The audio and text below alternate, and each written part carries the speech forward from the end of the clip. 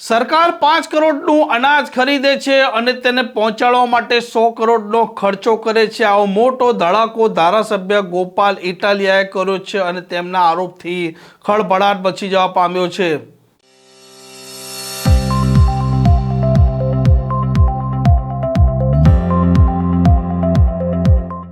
નમસ્કાર, આપ જોઈ રહ્યા છો હોટલાઇન ન્યૂઝ અને હું છું આપની સાથે તોફિક ગાંચી. વર્તમાન સમયમાં સરકાર છે તે સસ્તા અનાજ આ સંચાલકો થકી રાજ્યના જે ગરીબ નબળા લોકો છે તેમને આ મફત અનાજ વિતરણ કરતી હોય છે અથવા રાહત દરે અનાજ વિતરણ કરતી હોય છે. અને આવી પરિસ્થિતિમાં જે અનાજ તેમના સુધી પહોંચતું હોય છે તે અનાજ સરકાર ખરીદીને પહોંચાડતી હોય છે. પરંતુ ધારાસભ્ય ગોપાલ ઇટાલિયાએ મોટો ધડાકો કરતા કહ્યું છે કે સરકાર 5 કરોડનું અનાજ ખરીદે છે અને તેને પહોંચાડવાનો ખર્ચ 100 કરોડ રૂપિયા કરે છે. તેમના આ આરોપ છે તે મગજને ચકરાળે ચડાવે તેવા છે, તે પણ સાંભળો.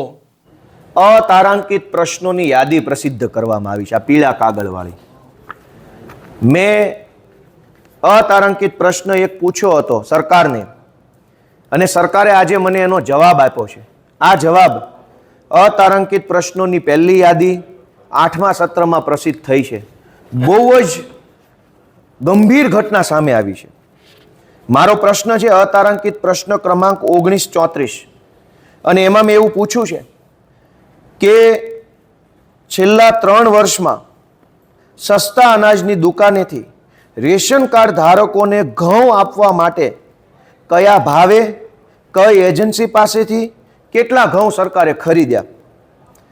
આ જે ઘઉં સરકારે ખરીદ્યા, રાજ્ય સરકારે, એ ઘઉં એને હેરફેર કરવી પડે. માનો કે રાજ્ય કક્ષાએ ખરીદી કરી હોય તો જિલ્લા કક્ષાએ તાલુકા કક્ષાએ મોકલવા પડે.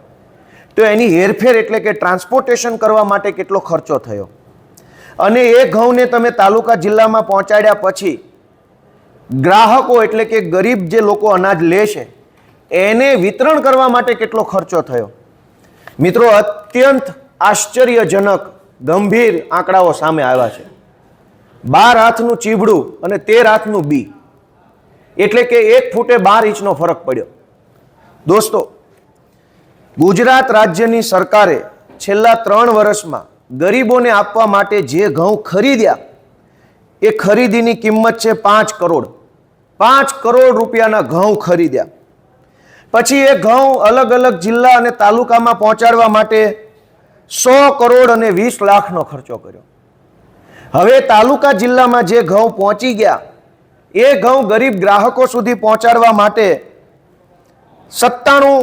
9 કરોડ 71 લાખનો ખર્ચો કર્યો.